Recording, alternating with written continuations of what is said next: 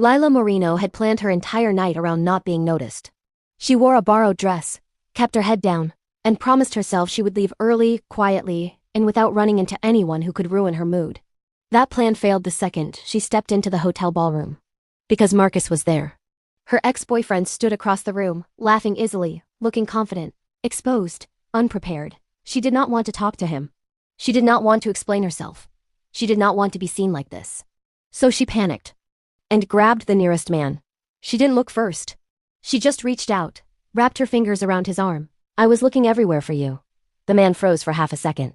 Then he looked down at her hand. Then at her face. Instead of pulling away, he smiled softly and slid his arm around her waist. There you are, he said warmly. Marcus noticed immediately. His gaze flicked from Lila's face to the stranger's arm around her, his expression shifting just enough to make her stand taller. Lila, he said, stepping closer. I didn't know you were coming tonight. She lifted her chin. It was last minute, she replied lightly. But my boyfriend really wanted to come. The stranger nodded, squeezing her waist just enough to sell it. I did, he said calmly. Marcus blinked. Boyfriend? Evan, the man said easily. Nice to meet you. Marcus hesitated, smiled thinly, and excused himself. Lila didn't breathe properly again until he was gone. She turned to Evan, eyes wide. I am so sorry. I panicked. It's okay, he said quickly.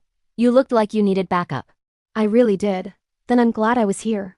They stayed together after that, at first because separating felt risky. Then because staying felt comfortable. When people spoke to her, he listened like her words mattered.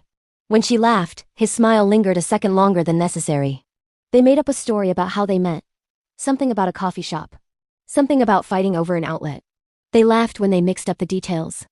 When slow music started playing, Lila groaned softly. We don't have to dance. Evan hesitated, then held out his hand anyway. We don't, he agreed. But it might help sell the lie. She took his hand. They danced carefully, awkwardly, like two people afraid of assuming too much. His hand rested lightly at her back, steady and warm, and her head fit against his shoulder in a way that surprised her. For a moment, she forgot why they were pretending at all. Outside, when the night ended and the lie was supposed to disappear, neither of them moved right away. Well, Evan said eventually, hands in his pockets. This is where the fake relationship officially ends. Lila smiled, even though her chest felt strangely tight. Thank you, she said. You didn't have to do that. I kind of wanted to, he admitted. Then added, carefully.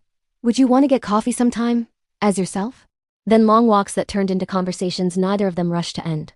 Evan was quiet in a thoughtful way, the kind of person who noticed details and remembered them. One night, months later, Evan reached for her hand without thinking. He didn't let go. I don't think I'm pretending anymore, he said softly. Layla smiled and squeezed his fingers. Good, she said. Because I never was. He hesitated. There's something I should tell you. Her heart skipped. Okay. I knew who you were when you grabbed me, Evan admitted. I work with your cousin. I'd seen your photos. I just never thought you noticed me. She stared at him. You were my quiet crush, he added with a shy smile. I just didn't expect you to pick me. Something in her chest softened completely. I'm really glad I did, she said. He smiled back. Me too.